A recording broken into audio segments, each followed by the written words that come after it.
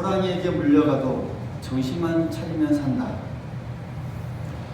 이런 속담이 있다는 것은 아마도 실제로 호랑이에게 물려 끌려갔지만 거기에서 살아난 사람이 있었다라는 것을 우리에게 말해줍니다. 누구나 아마도 살아온 호랑이에게 딱 앞에 맞서게 되면 아마 어느 누구도 일단 정신을 차리지 못하는 것이 일반적이죠. 정신을 차리지 못한다라는 것은 쉽게 말하면 그렇습니다. 그냥 떡하니 넋을 놓아버리는 그런 상황을 말하죠. 이 상황이 되면 아마도 어떤 행동도 취하지 못하게 되고 그렇게 되다 보니 그저 고분하게 호랑이의 처분을 따르는 상황으로 이어지게 되고 또 호랑이 앞에서 살 용기를 다 이제 버리고 죽음 앞에 자신의 생명을 내놓는 그런 상황이 되어버린다라는 것이죠. 그러나 호랑이 앞에서 정신을 차리는 사람은 이와 다릅니다. 호랑이가 눈을 치켜드는 것만큼 자신도 눈을 똑바로 뜨고 정신을 가다듬고 호랑이를 똑바로 쳐다봅니다. 왜요? 어차피 이익한 사고는 아닙니다. 그러니 호랑이가 무섭긴 뭐가 무섭겠습니까? 귀엽죠. 고양이다라고 생각하면서 낯선 그런 마음이죠. 정신을 바짝 차리고 호랑이의 행동을 예의주시하면서 자신이 처할 또 할 다음의 동작을 조심스럽게 차분하게 생각해 봅니다. 그렇게 떡하니 하고 호랑이 앞에 맞서게 되면 그 무서운 호랑이가 섣불리 덤벼들지 못합니다. 왜요? 호랑이도 무섭거든요. 이런 사람은 호랑이 앞에서 살 용기를 고추 세우고 죽음의 분위기에 그 자신의 생명을 내어주지 않는 사람입니다. 그래서 호랑이에게 물려가도 정신만 차리면 분명하게 산다라는 말이 이런 의미를 우리에게 주는 것이죠. 우리가 하나님께서 주신 그 생명을 잘 간직하고 살아가는 것은 아주 중요한 일입니다. 어떤 어려움이 온다 할지라도 그 어려움을 물리치고 사는 것은 하나님께서 주신 그 생명을 잘 보존하는 것과 같기 때문입니다. 오늘날 우리의 삶에서 호랑이를 만나는 것과 같은 그 어려운 상황에 놓일 때가 많이 있습니다. 그러나 그때마다 이 믿음으로 만들어지는 그런 침착한 그런 삶의 용기를 가지고 또 극복하고 또 일어서는 것은 우리가 살아있음을 강력하게 증명하는 것이 됩니다. 그리고 어떤 이런 복된 삶은 우리의 생명이 하나님의 역사 가운데 있다는 것을 여실하게 보여주는 그런 삶이 되고 또한 우리를 보는 많은 사람들에게 하나님의 생명의 역사를 드러내고 하나님의 영광을 높이는 삶임을 늘 우리가 기억해야 하겠습니다. 사람은 누구나 살기 위해서 태어납니다. 죽으려고 태어난 사람은 아무도 없습니다. 만약 사람이 처음부터 죽음을 눈앞에 두고 산다면 아마도 사는 것이 아주 피곤하고 또 그 어떤 기쁨도 없을 것입니다. 그래서 이미 태어난 인생 보다 건강하게, 보다 멋있게, 보다 행복하게 살아가려는 게 모든 사람의 생각이고 이러한 생각은 지극히 건강한 생각입니다. 때문에 우리가 그 하루하루의 삶 속에서 기쁨을 가지고 소망을 가지고 의미를 가지고 보람을 가지고 살아가는 것은 우리가 죽음과 반대되는 그 생명의 삶을 살고 있다고 하는 것, 그것을 우리가 보여주는 것이고 죽음을 극복하면서 살고 있다는 것을 증명하는 삶이 된다는 것을 우리가 염두에 두어야 하겠습니다. 그런데 사람에 따라서는 살면서 이 자신의 희생과 죽음까지 각오하는 그러한 삶도 있습니다. 다른 사람을 위하여 자신을 내어놓는 삶을 살아가는 사람들이죠. 역설적으로 그 사람들은 남을 위해 희생하는 삶에서 어떤 힘을 느끼고 또 거기서 나오는 능력과 생동감을 가지고 살아가는 사람들입니다.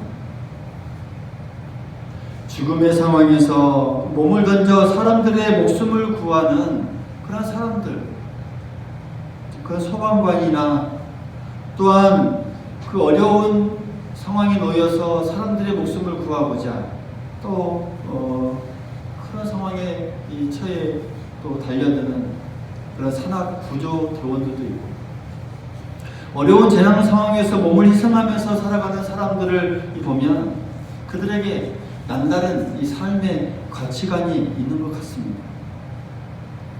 특히 오늘날 코로나19라는 그런 바이러스 확산으로 인해서 국가적으로 또 세계적인 그런 어려움에 처해 있는 상황 속에서 그 재난 상황에 뛰어들어 생명을 구하기 위해 희생과 또 죽음까지 각오하는 그 의료진과 또 구급 대원들을 보면서 참으로 마음이 아프기도 합니다. 그들의 희생은 보는 이로 하여금 감동을 주고 때로는 눈물을 또 흘리게 또 하죠. 왜냐하면 세상에서 가장 가치 있는 사랑은 희생이 있는 사랑이기 때문입니다.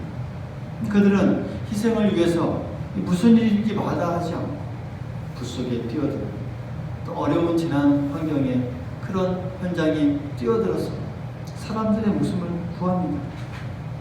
그들이라고 왜 두렵고 무섭지 않겠습니까? 그러나 그 수고와 희생에서 그들은 힘과 생동감을 느끼고 그런 삶이 가치 있다는 것을 알기 때문에 가능하다는 그런 사실이죠. 오늘 우리는 2020년 그 예수님의 이 탄생하신 성탄절을 앞두고 또 우리가 주일 예배를 드리고 있습니다. 예수님께서 왜 이 땅에 오셨습니까? 하나님의 사역을 감당하시기 위해 오셨습니다. 예수님께 맡겨주신 그 하나님의 사역은 무엇입니까? 그것은 우리를 죄로부터 구원하시기 위한 것입니다. 그러면 예수님의 구원하시는 그 사역은 어떻게 이루어지게 됩니까? 바로 십자가에서 죽으심, 그 죽으심을 통해서 이루어진다라는 것이죠. 다른 방도가 없었습니다. 오직 십자가만이 유일한 해결책이었습니다. 그러니 예수님은 죽기 위해 태어나신 분이다라고 우리가 말할 수 있겠죠. 그것도 참혹한 십자가의 죽음을 짊어지고 태어나신 분이십니다.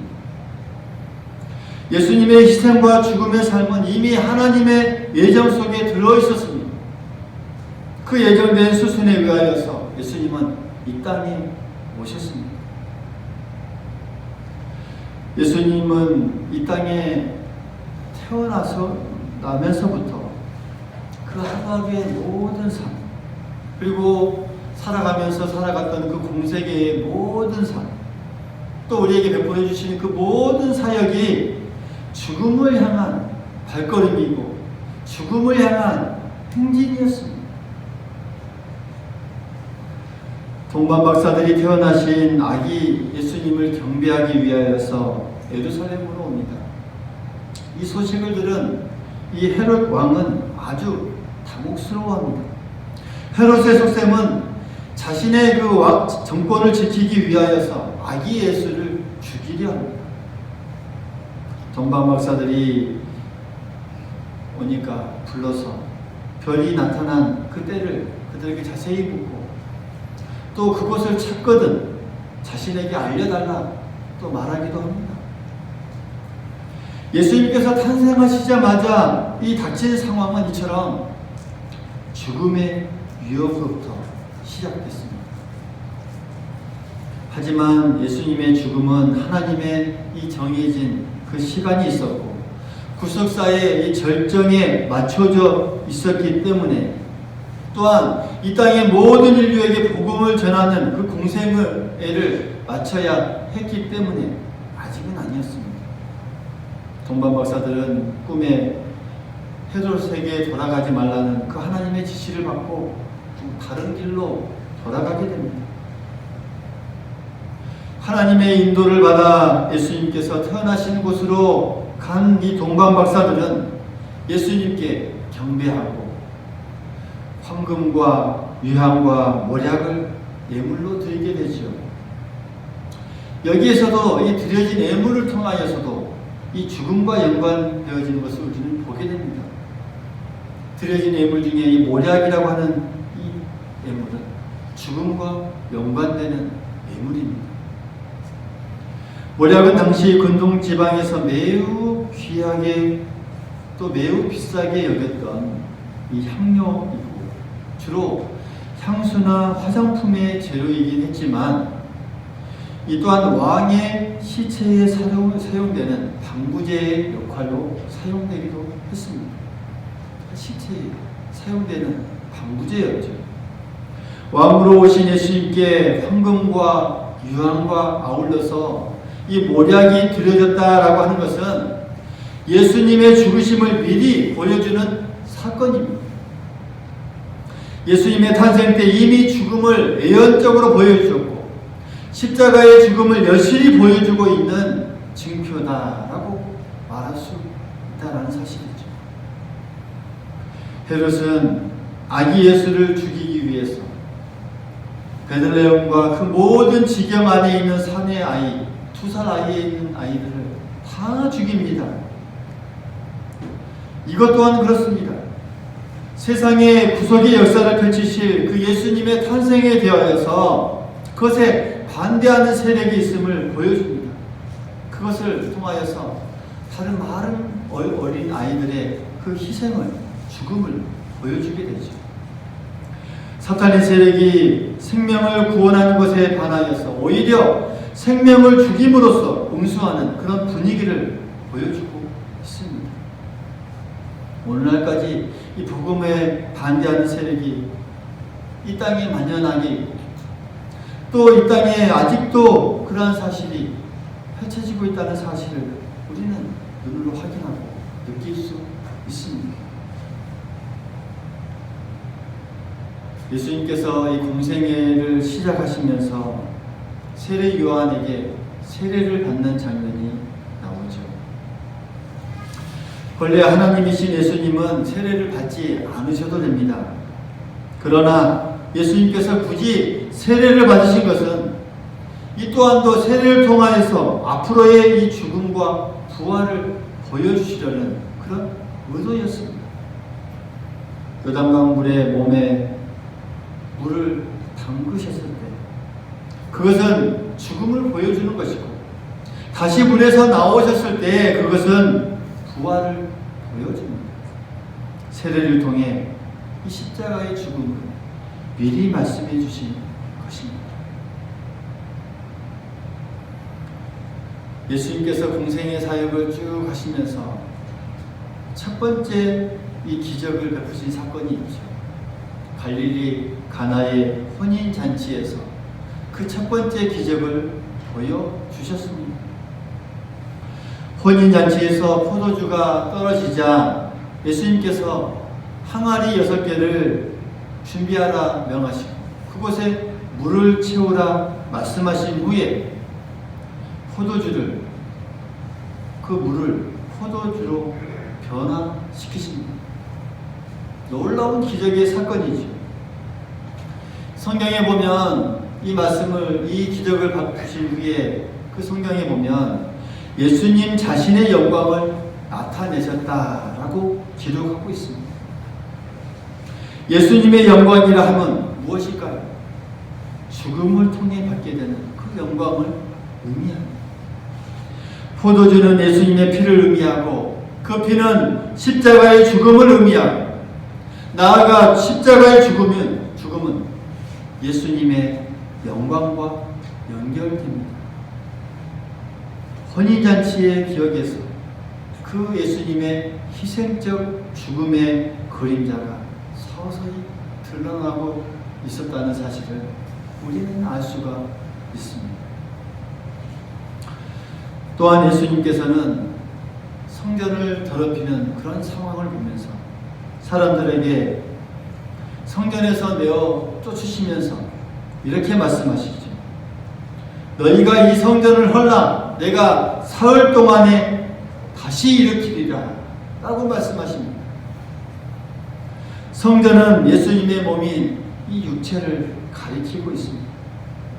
그러니까 성전을 한다라는 말씀은 예수님의 죽음을 의미하고 사흘 동안 일으키리라 라는 그 언급 속에서 부활을 말씀하고 있습니다.